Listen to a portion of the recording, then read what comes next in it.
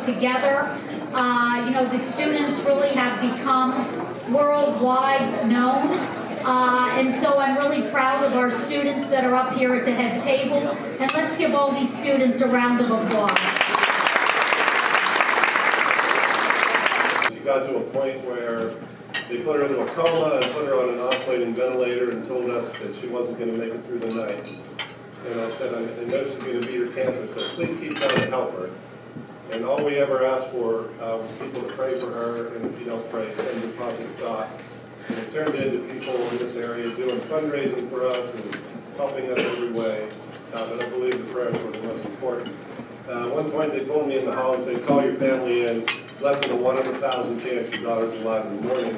And I said, I'll see you at rounds tomorrow, because she'll still be here. The day they gave her that experimental drug, tocilizumab, which wasn't approved for cancer, but they gave it to her, and within 12 hours they were telling us, I've never seen anyone this sick get better any faster.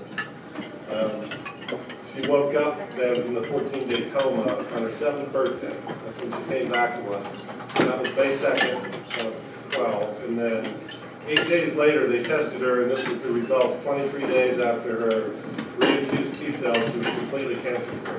When I was teaching her to walk again at the hospital, I kept telling her, this is such a big deal.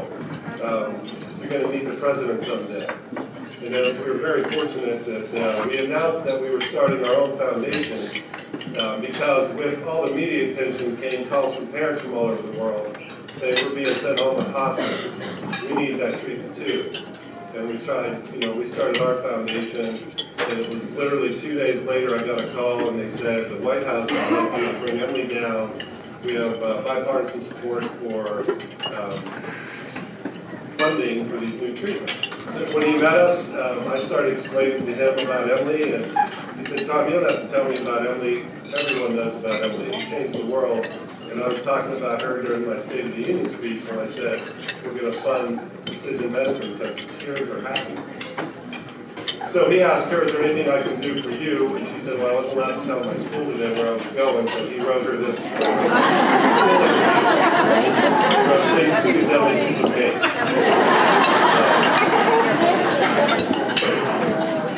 Amazing things started to happen. The whole time she was being treated, I said, you got to smile once every day, and you got to believe. I said, you're not strong enough to fight with strength.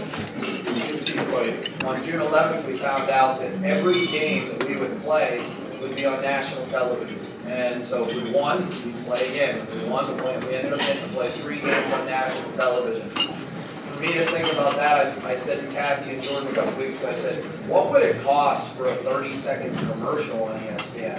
And she just started to tell me some numbers, and I said, well, just think about it. We just got a 2-hour commercial times 3 on ESPN. So to raise awareness. And probably the most powerful moment in closing for me was on the final day on Sunday, July 28th, when we were sitting there. We had beaten the hometown team, Wichita State, in a really good game in front of almost 7,000 people. Put that into numbers. The largest crowd to ever watch a TBT game before this year, when we were playing, was 3,500 people.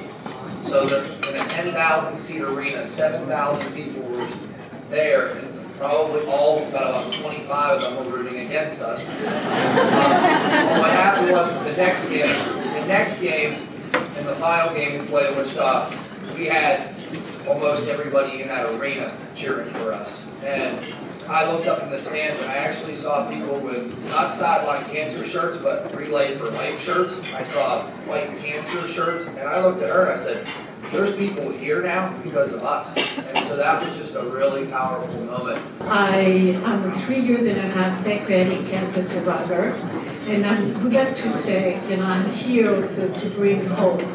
When I got my diagnosis 3 years and a half ago, I thought my life was over, and I'm still here. She had the I can attitude.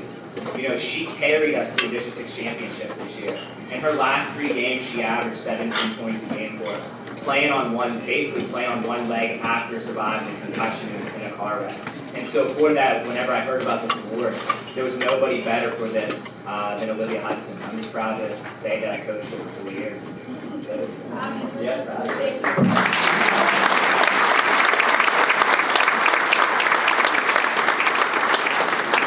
It's really an honor to stand up here and receive this award. I really want to thank the Sideline Cancer Foundation for everything that they do. And of course, Ms. Kathy Griffith for being one of the most positive people that in my life, honestly. And my family, of course, for really helping me through everything. And my coach, Jordan Griffith, for being the best role model and helping me get through all my hardships this entire year. So thank you. Believe always. I came together with Kathy and my parents and friends to create the Courage for Kiara Foundation, and we've raised now about $20,000 in scholarship funds for students in the Altoona Music Department and need-based scholarships for students at Penn Mon Academy. So it just means so much to me. I can't thank everybody enough. To honor Kiara just makes my heart so full. So thank you to everybody.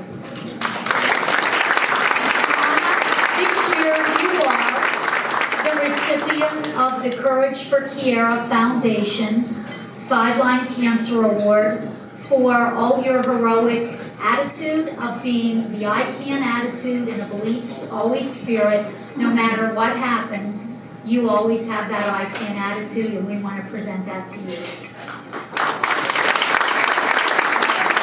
Thank you for continuing to honor Ellen in this way.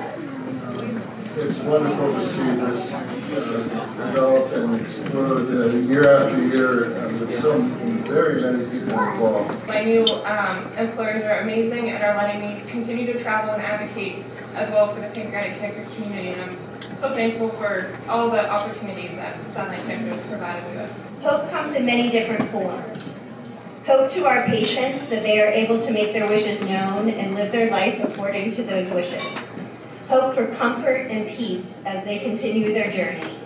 Hope to families that we will provide the highest quality of care and support them in loving their husband, wife, sister, brother, daughter, son, or friend. Hope that through outreaches and initiatives, such as the Griffith Family Foundation, that we will find new successful treatments and a cure, like the one we heard about tonight for Emily. Thank you so much, Kathy.